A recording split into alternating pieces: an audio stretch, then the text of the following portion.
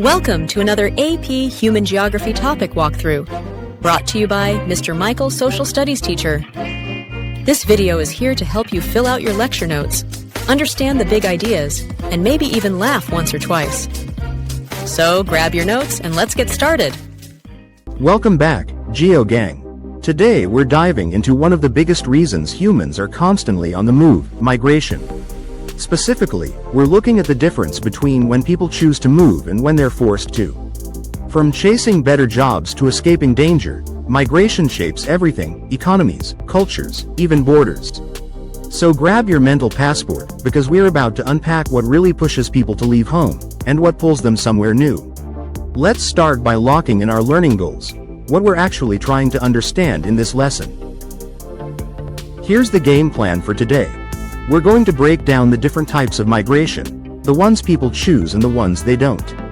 Forced migration includes things like slavery, war, and natural disasters, times when people have no choice but to leave.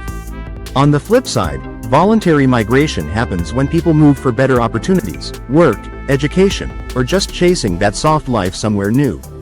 By the end of this lesson, you'll be able to tell the difference between all these types and explain why they happen. Now that we've got the mission laid out, let's look at the two main categories of migration, forced versus voluntary, and see what really sets them apart. So, when we talk about migration, there are really two main vibes: voluntary and forced. Voluntary migration is when people say, "Yeah, I'm out of here," because they want better opportunities, maybe a new job, better weather, or just trying to escape their hometown drama. They're moving by choice, chasing that new city, new me energy. But involuntary, or forced migration? That's a whole different story. That's when people are like, "I gotta dip or I won't survive." It happens because of war, violence, natural disasters, real life or death stuff. Nobody's booking a vacation, they're running for safety. Let's start with the chill side, voluntary migration, where people actually choose to make a move and blow up their situation. Alright, let's talk about voluntary migration, aka people who said, "I'm not stuck here, I'm just in my pre-move era." These are folks making moves because they want to, not because they have to. Maybe they're chasing new opportunities, better living conditions, or that dream city aesthetic for their Insta feed. There are a bunch of types too. Transnational, where people live between countries. Transhumans, which is basically the goat herder lifestyle, moving seasonally. Internal, chain, and step migration, plus guest workers and rural to urban moves. Basically, it's people upgrading their situation, no trauma, just travel. Speaking of transnational, let's start with that one. When people keep one foot in their old country and the other in their new one, living that global double life. Let's kick it off with transnational migration, when people move from one country to another but don't fully cut ties with home. Think of it like having your heart in two places, one foot in your new country, and the other still vibing back home. A lot of migrants keep strong cultural and emotional connections, repping their roots while building a new life. And don't forget remittances. That's money migrants send back home, which can literally keep whole economies running. Big deal. The major migration flows? Latin America to North America, Southwest Asia to Europe, and Asia to North America. Basically, everyone's chasing that bag or better opportunities, global edition.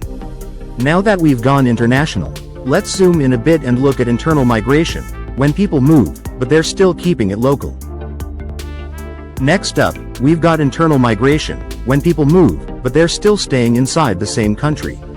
No passports, no border drama, just a change of scenery.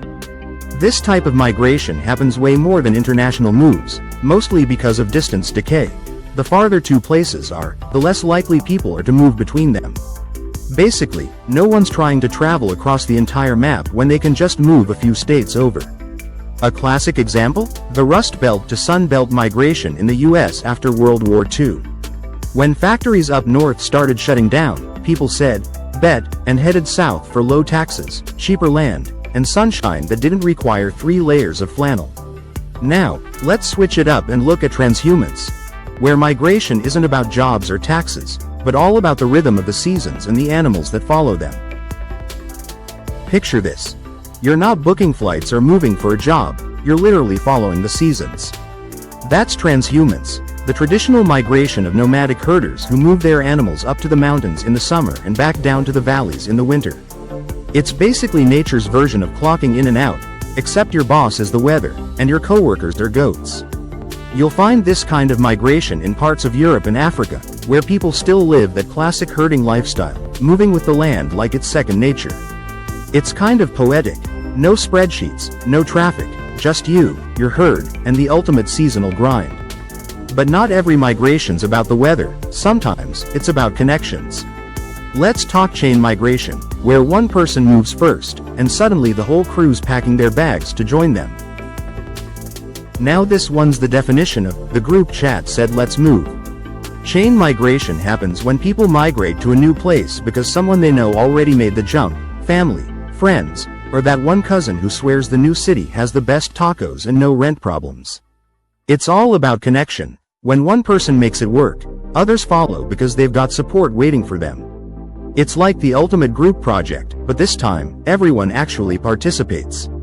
Whole communities can grow this way, turning new cities into mini versions of their hometowns, culture, food, language, all traveling together like carry-on luggage. But not everyone makes the full move all at once. Some migrants take it slow, one step at a time. Let's talk step migration, where people move gradually, leveling up from small towns to big cities like it's migration on hard mode. Okay, so not everyone just packs up and moves across the map in one go. Step migration is all about leveling up. People move in smaller stages to reach their final destination. Think of it like migration with checkpoints. Maybe you start in a rural village, move to a small town for better jobs, then a mid-sized city, and finally end up in a full-on metropolis. It's like upgrading your living situation one Wi-Fi bar at a time. This happens because of intervening opportunities or obstacles. Maybe you find a good gig before reaching your goal city, or something slows you down. Either way, it's migration on slow mode, but you still get there eventually. And speaking of upgrades, one of the biggest moves people make is from the countryside to the city. Let's break down rural to urban migration, where people swap tractors for traffic jams and small town vibes for city lights. Now, this one's a classic, rural to urban migration. It's when people move from the countryside to the city looking for better jobs, education, and that main character lifestyle. Basically, people are leaving behind farms and open fields for skyscrapers and Starbucks. It's all about opportunity, better pay, more amenities, and way faster Wi-Fi. But it's not all glamorous. Overcrowding, pollution, and rising costs hit different when everyone's chasing that city dream. It's one of the biggest patterns of migration in modern history, especially as countries develop. The pull of the city is strong, kinda like gravity, or TikTok. But not everyone who moves for work is planning to stay forever. Some migrants clock in for a season, make that bag, and head home. Let's meet the guest workers, the MVPs keeping global labor running. Switching gears, let's talk about guest workers, basically the real-world version of I'm just here for the job. These are migrants who travel to another country temporarily to fill labor shortages. They're not moving for the vibes, they're moving for the paycheck. Many countries rely on guest workers for industries like construction, agriculture, and service jobs that locals might not want or can't fill. They send money back home, which is a big deal for their families and local economies. It's a win-win. The host country gets workers, and the sending country gets that financial boost, but sometimes guest workers face rough working conditions or limited rights. So yeah, it's not always a dream vacation abroad. Of course, not every move is by choice. While some people migrate for opportunity, others migrate for survival. Let's look at involuntary migration, when people are forced to move because staying put isn't an option. Next up, we've got involuntary migration, and this one's way more serious. Unlike voluntary migration, these people don't have a choice. They're not chasing dreams or job opportunities, they're escaping danger, conflict, or disaster. There are a few main types here: refugees, internally displaced persons, asylum seekers, and enslaved persons.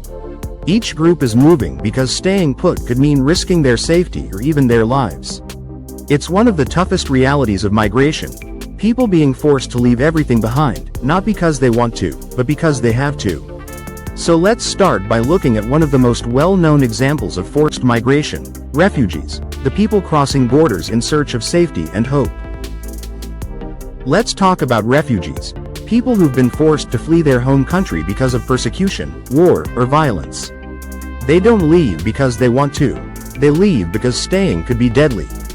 Most refugees are escaping conflict, ethnic or religious violence, or even environmental disasters. And here's a wild stat. In 2024, about 70% of all refugees came from just 5 countries: Syria, Afghanistan, Ukraine, South Sudan, and Sudan. Every number on this map represents real people, families, students, workers, who had to start over somewhere new. It's a powerful reminder that migration isn't always about opportunity. Sometimes it's about survival.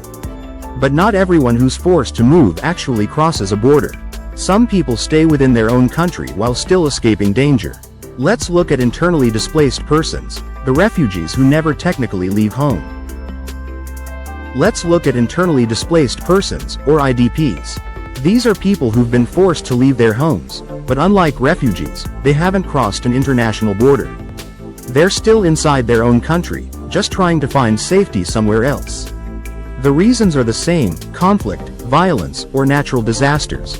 But their situation can be even tougher because they don't get the same international protection as refugees.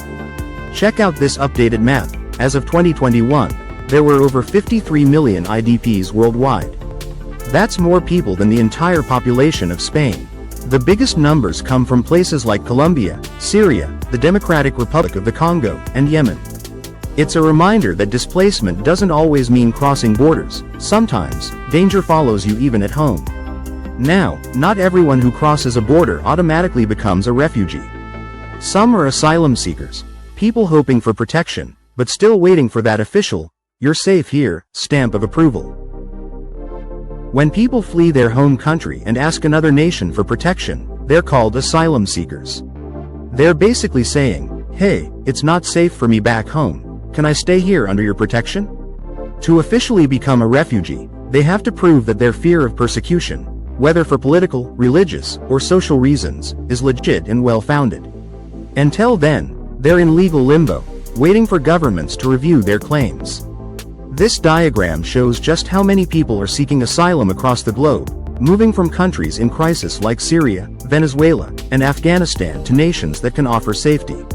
Each line represents a human story, someone leaving everything behind, hoping another country will say, "You're safe here." Of course, not all migration is about choice or protection. Some of the darkest examples in human history come from enslaved persons, people who were forced to move under brutal conditions with no freedom at all. Let's talk about that next.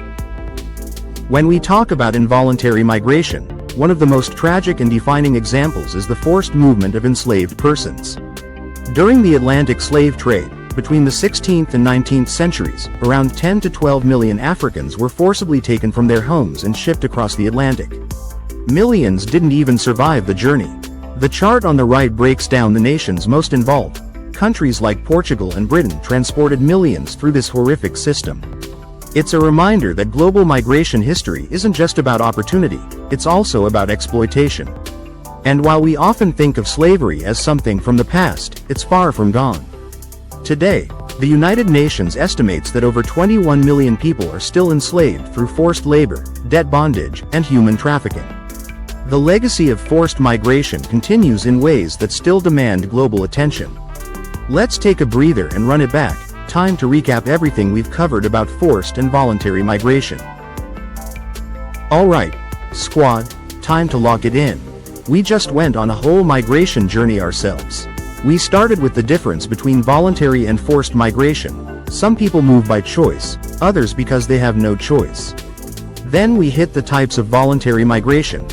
Things like transnational, internal, and chain migration, where family connections pull people like Wi-Fi signals. Next, we saw how forced migration covers some of the hardest stories in human history, from refugees and asylum seekers looking for safety to enslaved persons who were taken by force. Heavy topics, but super important to understand how human movement has shaped the world we live in today. So, if your brain's still buffering, this is the moment to hit refresh, because the bonus question's about to test if you were actually paying attention or just vibing. Speaking of, let's see if you can think critically with this next one. Okay, big brain time. You've been cruising through all these migration concepts, but now it's time to prove you're not just on autopilot. We've talked about how migration can be both voluntary and forced, from people chasing opportunity to those escaping danger. We've seen how economic, political, and environmental forces all play a part. So here's your challenge: think deeper. Don't just hit me with the facts, hit me with the reasoning.